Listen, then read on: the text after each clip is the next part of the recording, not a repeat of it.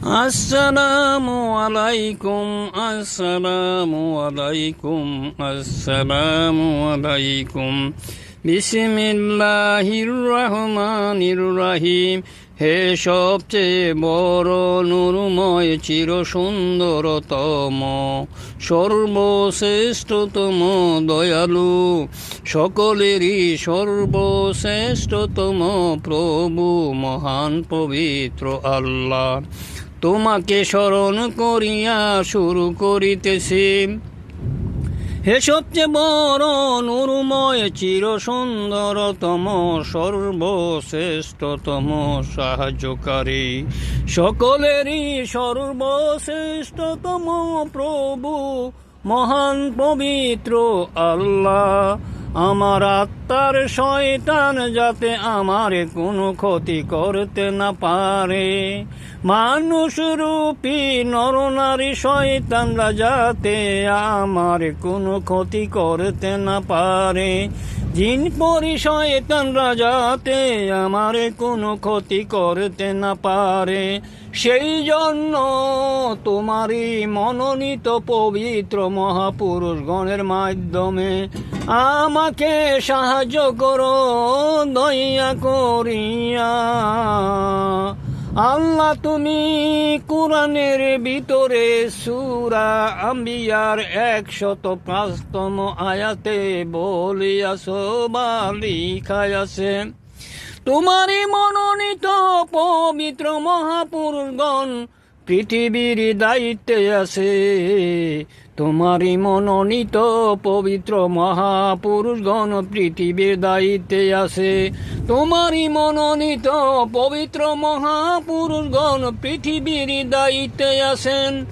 আমার প্রশ্ন হলো মানুষের কাছে, কে কে দায়িত্বে আছেন জানার কি প্রয়োজন নাই নাকি? আমি মনে প্রাণে বিশ্বাস করি হে সবচেয়ে বড় নূরময় চির সুন্দরতম মহান পবিত্র আল্লাহ, তোমারই নূর দিয়া সেই নূর থেকে মুহাম্মদ আহমদকে সৃষ্টি করিয়াছো, আর মুহাম্মদ আহমদের কাছ থেকে নূর নিয়া সেই নূর দিয়া আকাশ বাতাস সূর্য চন্দ্র গ্রহ নক্ষত্র রাশি চক্র পৃথিবীতে মাটি নদ নদী খাল বিল সমুদ্র পানি মাছ কীট পতঙ্গ পশু পাখি মানুষ জিন ফেরেশতা, পৃথিবীতে শ্যামল সুন্দর সোনালী সবুজ হলুদ লাল নীল ইত্যাদি সুন্দর সুন্দর মাঠ সৃষ্টি করিয়াছো। অর্থাৎ আমি বিশ্বাস করি মুহাম্মদ আহমদকে সৃষ্টি না করিলে আল্লাহ তুমি কোনো কিছুই সৃষ্টি করিতা না। মুহাম্মদ আহমদকে সৃষ্টি না করিলে কোনো কিছুই সৃষ্টি করিতা না। মুহাম্মদ আহমদকে সৃষ্টি না করিলে কোনো কিছু সৃষ্টি করিতা না। আমি মনে প্রাণে বিশ্বাস করি আর প্রচার করি। হে সুন্দরতম মহান পবিত্র আল্লাহ, তোমারই সর্বশ্রেষ্ঠতম চিরবন্ধু, তোমারই মনোনীত সর্বশ্রেষ্ঠতম রাসূল আর শেষ নবী মুহাম্মদ আহমদ। আমার মন্তব্য হলো যারা যারা যারা যারা মুহাম্মদ আহমদকে নবী বা শুধু নবী বা বিশ্ব নবী বলবে, তারা আল্লাহকে অপমান করলো, তারা আল্লাহকে অপমান করলো আর মুহাম্মদ আহমদের সাথে বিশ্বাসঘাতকতা করিল। যারা শুধু বলে নবী বা বিশ্ব নবী, তারা আল্লাহকে অপমান করলো আর মুহাম্মদ আহমদের সাথে বেঈমানি করিল। বুঝেন তো কত বড় পাপের অধিকারী হইতেছে, বুঝেন তো কত বড় পাপের অধিকারী হইতাছে। তারাবি নামাজ শুধু পড়বেন 4 রাকাত, তারাবি নামাজ পড়বেন শুধু 4 রাকাত। আল্লাহ কোরআনে বলেন, নামাজের ভিতরে যাহা বলো তাহা বুঝতে না পারিলে। আল্লাহ কোরআনে সূরা নিসার 43তম আয়াতে বলেন, নামাজের ভিতরে যাহা বলো বা যাহা শুনো তাহা বুঝতে না পারিলে নামাজের জন্য দাঁড়াবে না। আমার মন্তব্য হলো, প্রতিটি নামাজের জামাতে নামাজ শুরু থেকে সালাম পর্যন্ত সব কিছুই মুক্তাদিকে শোনাইয়া শোনাইয়া বলতে হবে, মুক্তাদিকে শোনাইয়া শোনাইয়া বলতে হবে। আল্লাহ কোরআনে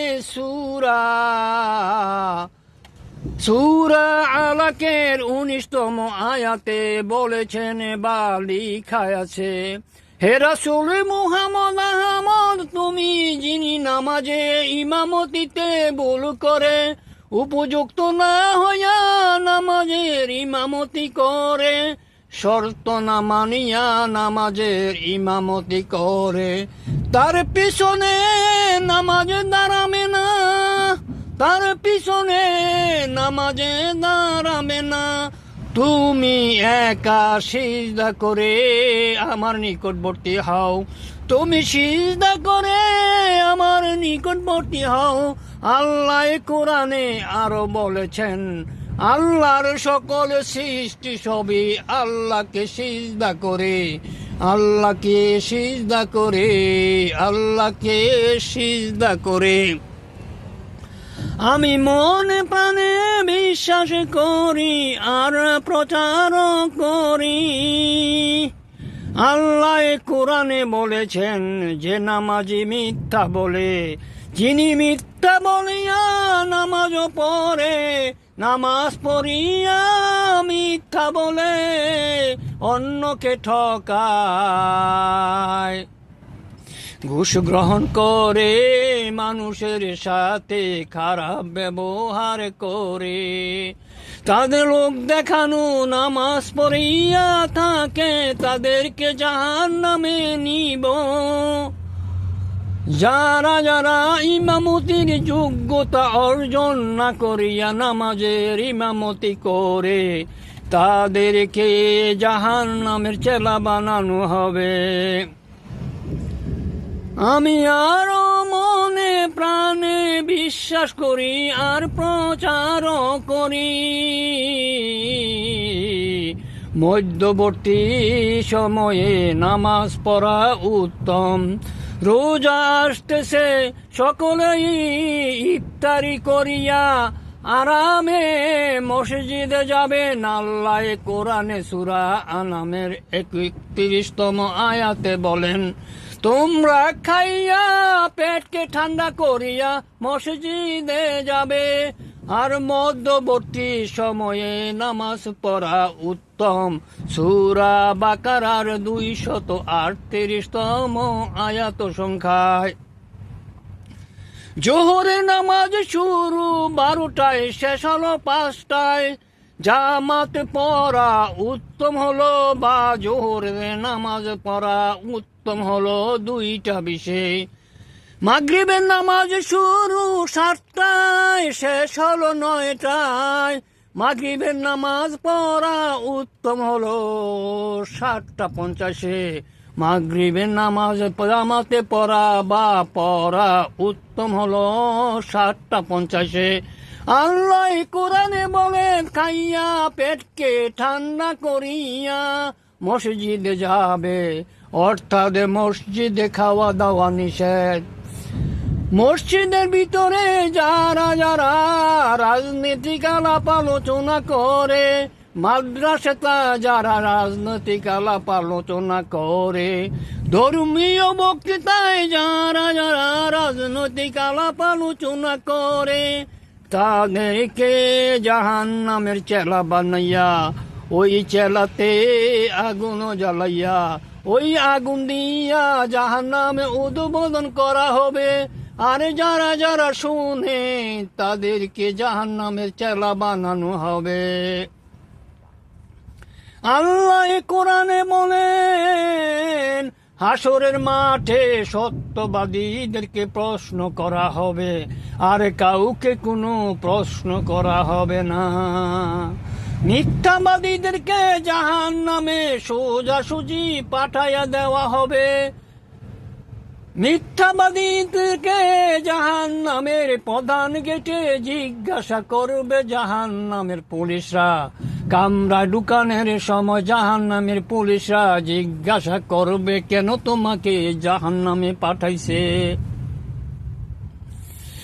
আর যারা যারা উপযুক্ত না হইয়া প্রার্থনার ইমামতি করে, 40 বছর বয়সের আগে কারো জন্য দোয়া করে, 40 বছর বয়সের আগে ধর্মীয় শিক্ষকতা করিয়া থাকে, 40 বছর বয়সের আগে ধর্মীয় বক্তৃতা করিয়া থাকে, তাদেরকে জাহান্নামের চেলা বানাইয়া ওই চেলাতে আগুন জ্বালাইয়া সেই আগুন দিয়া জাহান্নাম উদ্বোধন করা হবে। অসৎ কর্মপরায়ণ রাজা বাদশাদেরকে ওই স্থানে পাঠানো হবে। আমি মনে প্রাণে বিশ্বাস করি আর প্রচার করি, নামাজ হলো প্রতিদিন সাধারণত 6 ওয়াক্ত। বেতের নামাজ হলো 1টি ওয়াক্ত। আমি জার্মানিতে, ফ্রান্সে, ইতালিতে, বেলজিয়ামে, সুইজারল্যান্ডে আর ইতালিতে সকলকে জিজ্ঞাসা করি নামাজ কথা উক্ত। হাজারেও একজন বলে না 6 ওয়াক্ত, সবাই বলে 5 ওয়াক্ত নামাজ। আমি টিউনিজের 2জন ছেলেকে পেয়েছি, সে বলেছে নামাজ 10 ওয়াক্ত, প্রতিদিনই 6 ওয়াক্ত। আমি যুগোস্লাভিয়ার 10 জনকে জিজ্ঞাসা করেছি, 10 জনই বলল নামাজ 6 ওয়াক্ত। আমাকে 6 ওয়াক্ত বুঝাইয়া দিল। একটি লোকে বলল আমি নামাজ, যুগোস্লাভিয়ার একটি ছেলে বলল আমি ঠিক মতে নামাজ পড়ি না, তবে নামাজ হলো 6 ওয়াক্ত। আমি প্যারিসের অনেকিনি বিশ্ববিদ্যালয় ছাত্র ছাত্রীদেরকে জিজ্ঞাসা করেছি, তারা বলে 5 ওয়াক্ত নামাজ। আমি যখন বুঝাইয়া বললাম বেতের একটা ওয়াক্ত, তারা বলল এটা তো আগে জানি না, এটা তো আগে জানি না। আমি সৌদি আরব, আমি দুবাই ইত্যাদি, আলজেরিয়া, মরক্কো ইত্যাদি দেশের লোকদেরকে জিজ্ঞাসা করি, সবার উত্তর নামাজ 5 ওয়াক্ত। আসলে আমরা পড়িয়া থাকি 6 ওয়াক্ত নামাজ প্রতিদিন, কিন্তু মুখ দিয়া জিহ্বা দিয়া বলি 5 ওয়াক্ত। যাদের জিহ্বায় আর আত্মা ঠিক না, যারা জিহ্বা দিয়া যা বলে আর তা করে না, তারা হলো ফাসিক। ফাসিকদের স্থান হলো সর্বনিম্ন। আল্লাহ কোরআনে বলেছেন, বেতের হলো একটি,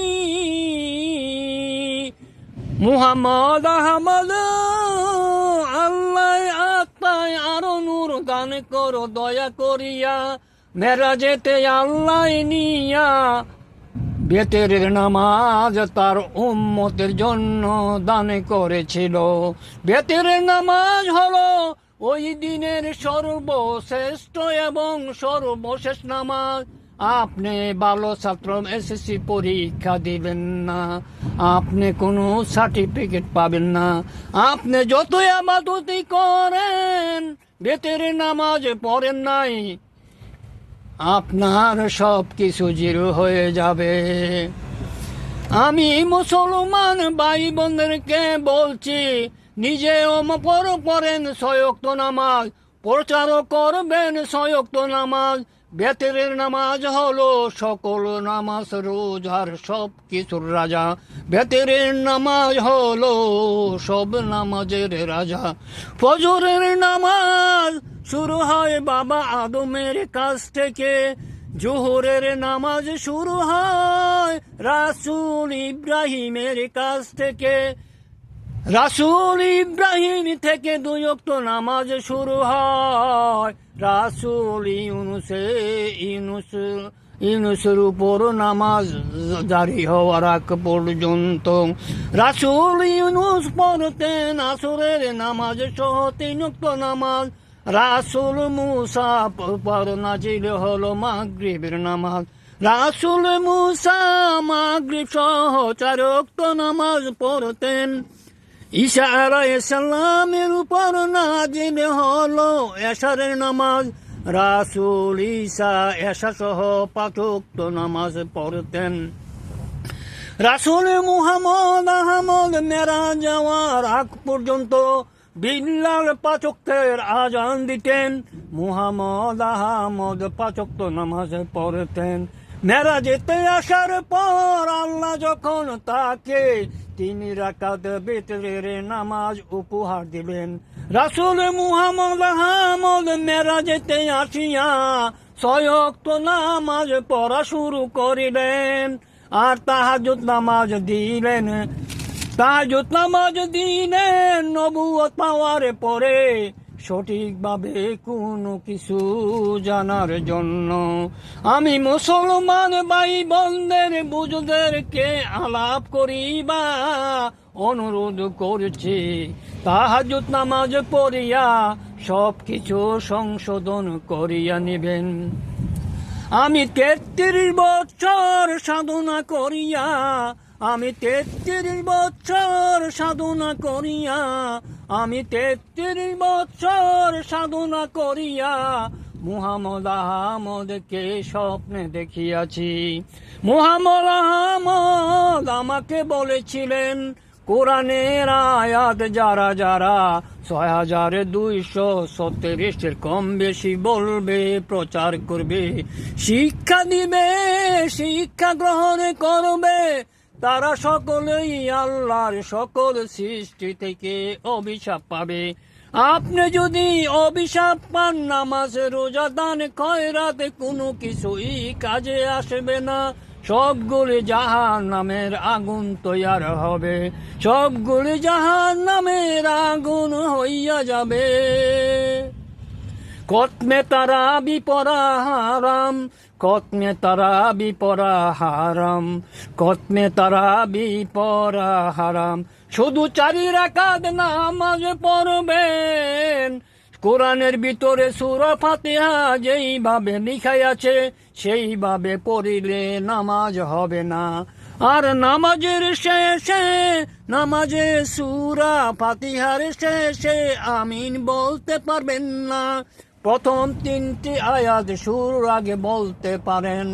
আমি মনে প্রাণে বিশ্বাস করি এ সবচেয়ে বড় নূরময় চির সুন্দরতম সকলেরই সর্বশ্রেষ্ঠতম প্রভু মহান পবিত্র আল্লাহ, তুমি সকল গুণের অধিকারী।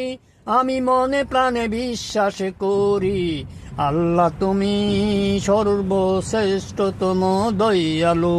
আমি মনে প্রাণে বিশ্বাস করি আল্লাহ তুমি সকল যিনি মানুষের কর্মের বিচার করিবা হাসরের মাঠে। আমি মনে প্রাণে বিশ্বাস করি আল্লাহ তোমারই গুণগানে গাই আমি এখানে বলতে পারিবে না। আমি মনে প্রাণে বিশ্বাস করি, আমি মনে প্রাণে বিশ্বাস করি আল্লাহ তুমি সকল যিনি মানুষের কর্মের বিচার করিবা। বাকি 4টি আয়াতে আমিন বলা যাবে না। বাকি 4টি আয়াত হলো যিনি মানুষের প্রতিজ্ঞা। চতুর্থ আয়াত হলো চতুর্থ আয়াত হলো প্রতিজ্ঞা। হ্যাঁ আল্লাহ, আমি প্রতিজ্ঞা করিতেছি তোমারই গুণগান গাইয়া তোমারই কাছে সাহায্য চাবো, তোমারই গুণগান গাইয়া তোমার কাছে সাহায্য চাবো। চতুর্থম পঞ্চম আয়াত হলো আল্লাহ, আমি সরল পথে চলার প্রতিজ্ঞা করলাম, আমি সরল পথে চলার প্রতিজ্ঞা করিলাম। ষষ্ঠ আয়াত হলো হে আল্লাহ, সত্যবাদী সৎকর্মপরায়ণ আর সৎপথ প্রাপ্ত তাদের সাথে চলবো, আর যারা যারা মিথ্যাবাদী অসৎ কর্মপরায়ণ আর তোমার পথ পায় নাই তাদের সাথে চলবো না। এইভাবে পড়তে হবে, আমি আরবি ভালো বুঝি না। আল্লাহ কুরআনে বলেন, নামাজের ভিতরে যাহা বলো তাহা বুঝতে না পারিলে নামাজে দাঁড়াবে না। হাদিস দিয়া মদের কথা বলিয়া কাটাইয়া যাবেন না, হাদিস দিয়া মদের কথা বলিয়া কাটাইয়া যাবেন না। হে সুন্দরতম হাফেজ সুন্দরতম আল্লাহ, হাফেজ সুন্দরতম আল্লাহ, হাফেজ সুন্দরতম